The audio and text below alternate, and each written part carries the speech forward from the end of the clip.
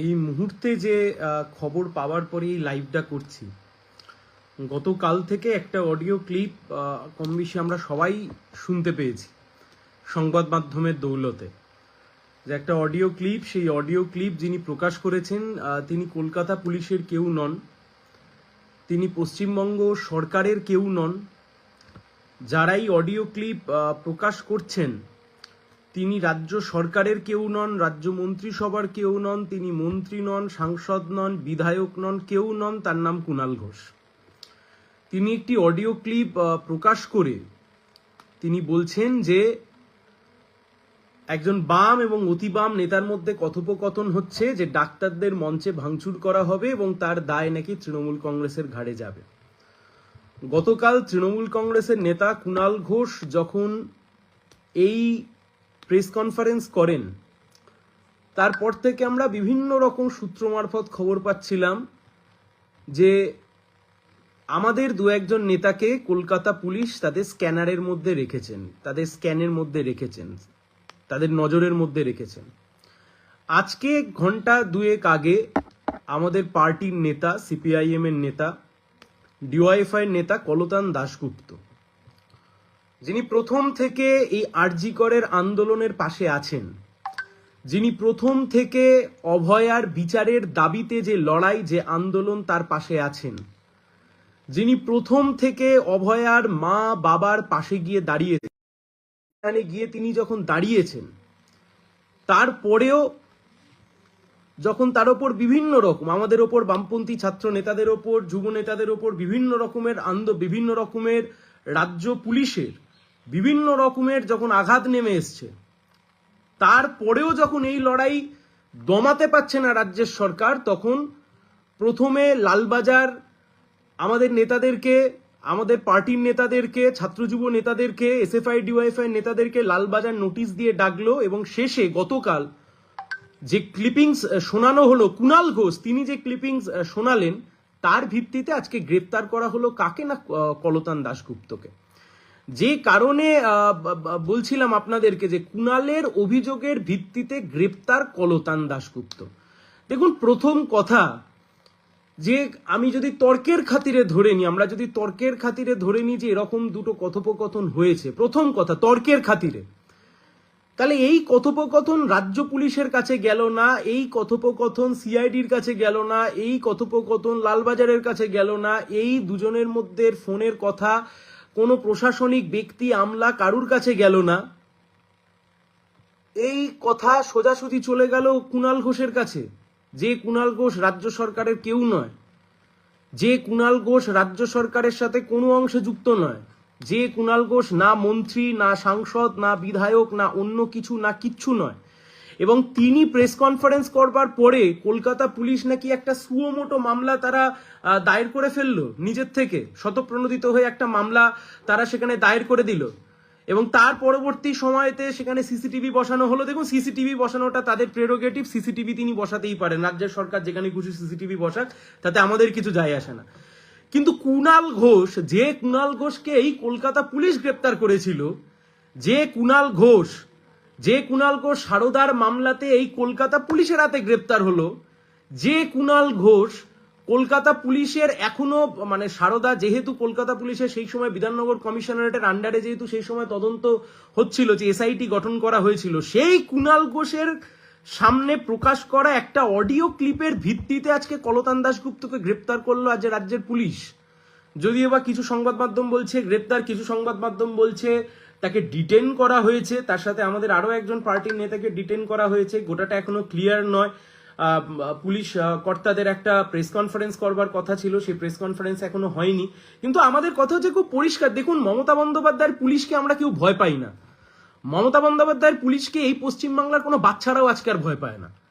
যে সমস্ত ছোট্ট ছোট্ট ছেলে মেয়েরা জাস্টিস ফর আরজি কর বলে শেষ এক মাস ধরে চিল্লিয়েছে, রাস্তায় নেমেছে, রাত দখল করেছে, ভোট দখল করেছে, যারা রাস্তায় নেমেছে নির্যাতিতার মার বাবার জন্য, যারা রাস্তায় নেমেছেন আরজি করের জাস্টিসের জন্য, যারা রাস্তায় নেমেছেন বিচারের দাবিতে, যারা রাস্তায় নেমেছেন এই অপদার্থ প্রশাসন যেভাবে প্রথম থেকে একটা গোটা ঘটনাকে ধামাচাপা দিতে চেয়েছে তার বিরুদ্ধে রাস্তায় নেমেছেন, তারা যারা এই সমস্ত সন্দীপ ঘোষদের কুকীর্তিকে সামনে নিয়ে আসতে চেয়েছেন, আজকে এই সমস্ত মানুষ যারা রাস্তায় নেমেছিলাম, মমতা বন্দ্যোপাধ্যায় কি মনে করছেন আমরা ওনার পুলিশকে ভয় পাই?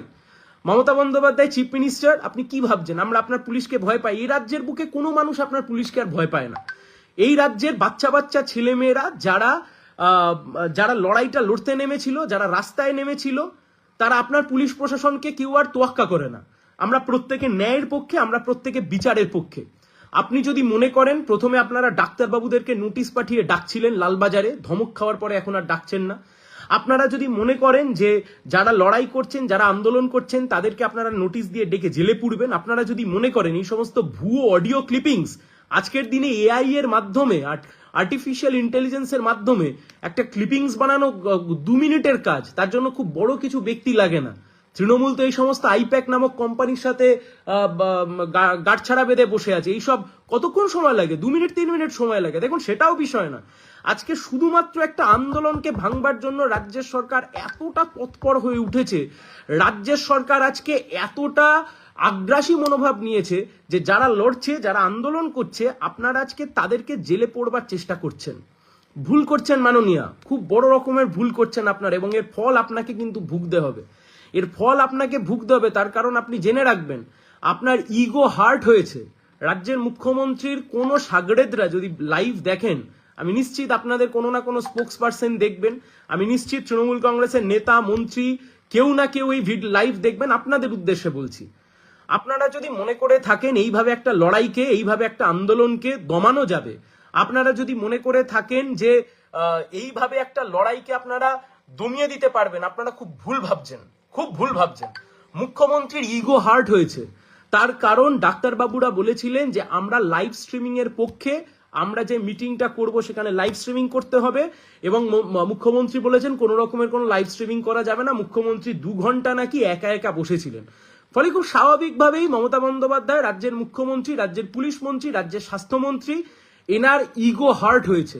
আজকে ইগো হার্ট হয়েছে বলেই শেষ 1 মাস ধরে যারা লড়েছে, যারা আন্দোলন করেছে, যারা রাত জেগেছে, যারা রাত দখল করেছে, আজকে এদেরকে জেলে পোড়ার তালে রয়েছে রাজ্যের সরকার।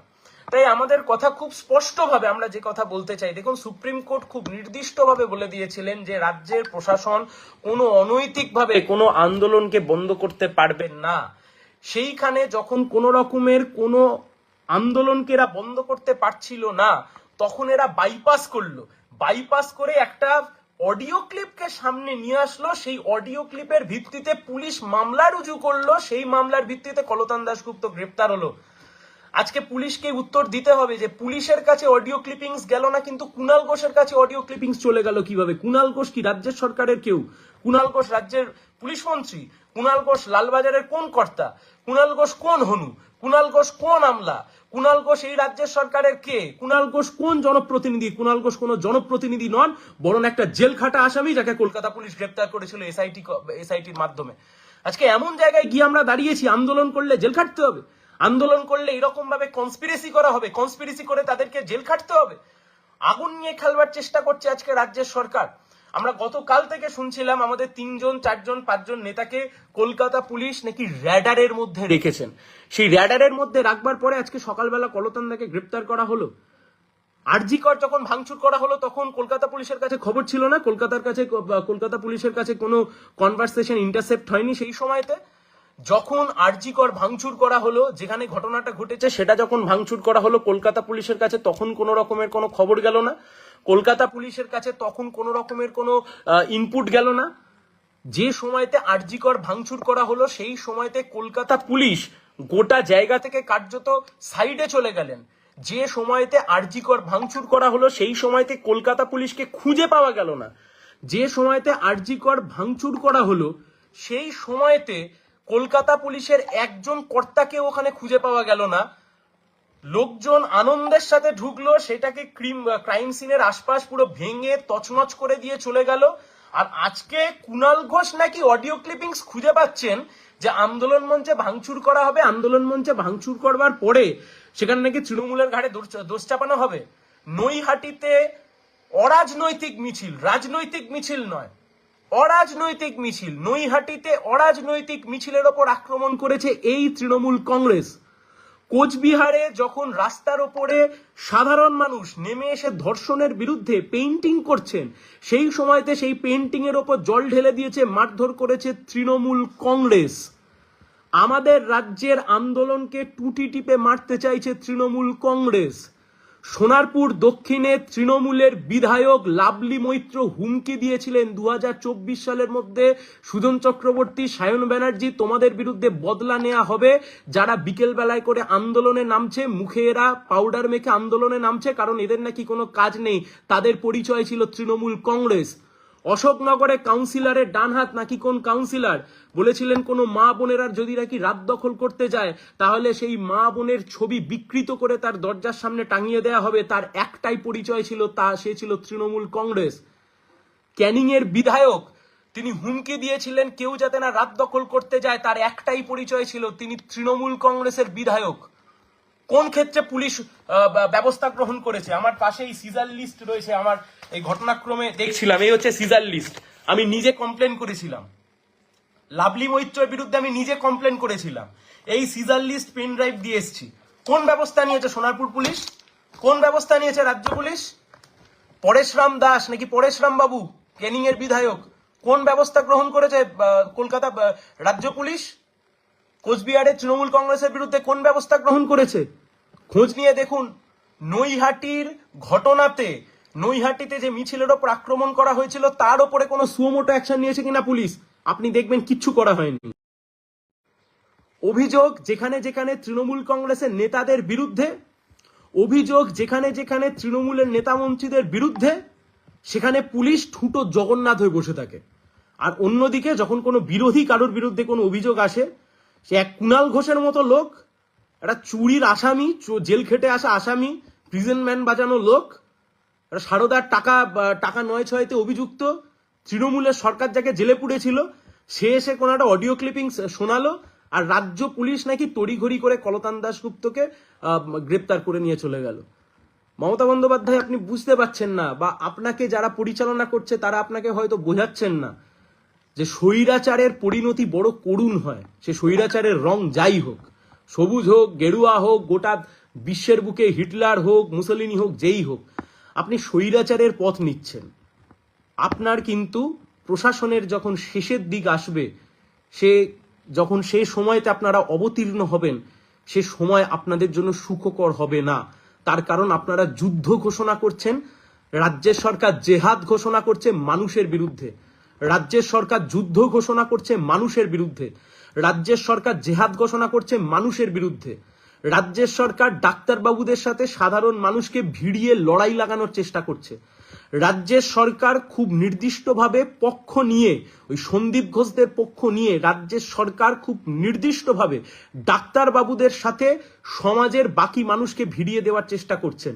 কিন্তু রাজ্যের সরকার বুঝতে পারছেন না, এই লড়াইতে রাজ্যের সরকারের পাশে যত না মানুষ আছেন, তার চাইতে বেশি মানুষ ডাক্তারবাবুর পক্ষে আছেন, অভয়ার পক্ষে আছেন, আরজি করের পক্ষে আছেন, বিচারের পক্ষে আছেন। তাই অবিলম্বে কলতান দাশগুপ্তকে মুক্তি দিতে হবে। অন্যায়ভাবে একটা সাংবিধানিক দেশে এখনো একটা সংবিধান রয়েছে, একটা লিখিত সংবিধান রয়েছে, সেই সংবিধান মেনে একটা দেশ চলছে। তার মধ্যে থেকে দাঁড়িয়ে কেউ যদি মনে করে যে নিজেদের খেয়াল খুশি মতো একজন মানুষকে ধরে আমি জেলের মধ্যে পুরে দেব, আদালতের মতো ব্যবস্থা নেবে, কিন্তু মানুষ যে ব্যবস্থা ভবিষ্যতে গ্রহণ করবেন তাতে তৃণমূল কংগ্রেসের শেষ, তার যে সূচনা হয়ে গেছে, এ নিয়ে কোনো সন্দেহ নেই। সবাই ভালো থাকবেন।